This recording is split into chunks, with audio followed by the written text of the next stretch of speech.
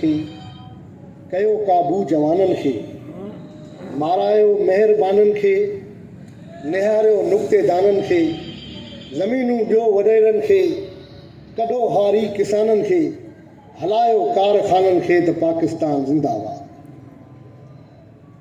हिते साफ़ ई भाउरो ऐं सभिनी तंज़ीमुनि जा साथी ऐं मुंहिंजूं भेणूं GSF 75 सालनि खां वठी जॾहिं खां हीउ मुल्क ठहियो आहे, 75 सालनि खां वठी सिंध जा माण्हू सहाफ़ी, हारी, वकील जे आवाज़ खे दबायो वियो आहे। ही पीका एक्ट जेको साफ़ जो आवाज़ दबाइण जे लाइ एक्ट पास कयो वियो आहे, इहो साफ़ जो मसइलो न आहे,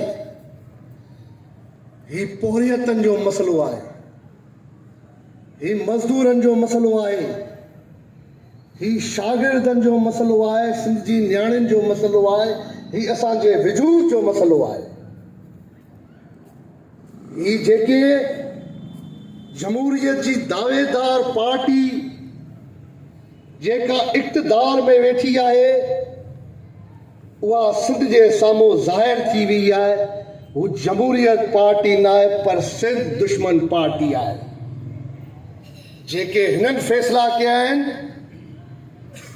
ओड़ा दौर ज़ाउलक वारो दौर बि गुज़रियो आहे, अयूब खान वारो दौर बि गुज़रियो आहे, पर हीउ जेको ऐवान सदर में जेको सदर वेठो आहे, इनखे शर्म नथी अचे कॾहिं शक केनाल, कॾहिं पीका एक्ट, कॾहिं ग्रीन पाकिस्तान जे नाले ते ज़मीनूं, कॾहिं कारूंझर जबल।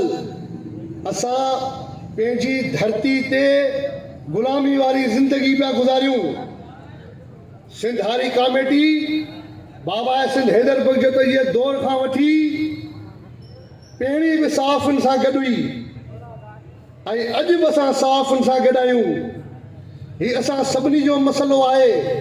जॾहिं सिंध में ज़ुल्म थो थिए कंहिं हारियाणी सां, त पहिरीं दर्द जी आवाज़ साफ़ ई थो पहुचाए। जॾहिं किथे नौजवान शहीद थो थी वञे, त ही साफ़ ई था पहुचनि।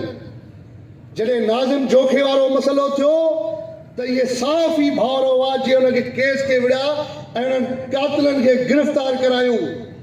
ही हुकूमत आहे, अञा ताईं जान मोहम्मद मेहर जा कातिल गिरफ़्तार न आहिनि थिया। जेको साफ़ ई हक़ सच लिखे थो, हुनखे शहीद कयो थो वञे। इन ई हुकूमत में अञा सॼी सिंध चए थी प्रिया कुमारी, अञा प्रिया कुमारी आज़ाद न आहे थी।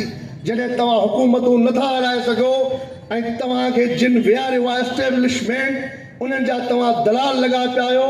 जे इहे दलालियूं न छॾींदा त सिंध सरापा एहतिजाज हूंदी ऐं सिंध हारी कमेटी इहो वचन थी करे साफ़नि सां, त साफ़नि सां मरण जीअण फांसी गार्ड ताईं ॿधल आहियूं, पर सिंध जे उन हर फ़र्द सां ॿधल आहियूं जेको धरती जी ॻाल्हि करे थो, जेको धरती जे बचाइण जी ॻाल्हि करे थो। असां पोयुनि सिफ़ुनि में हलण जे लाइ तयारु आहियूं। तव्हां अॻियुनि सिफ़ुनि में हलो, पर ख़ुदा पंहिंजूं अनाऊं छॾियो, पंहिंजूं नंढ वॾायूं छॾियो, अचो त धरती खे बचायूं। जी आख़िर में हिकिड़ो शेर पढ़ी अपनी जाइ वठंदुमि। जीए सिंधु जो दरिया, जीए सिंधु पंहिंजो साह, आब हयात आहे जंहिंजो जाम, जीए सिंध, जीए सिंध, जीए सिंध, जीए सिंध।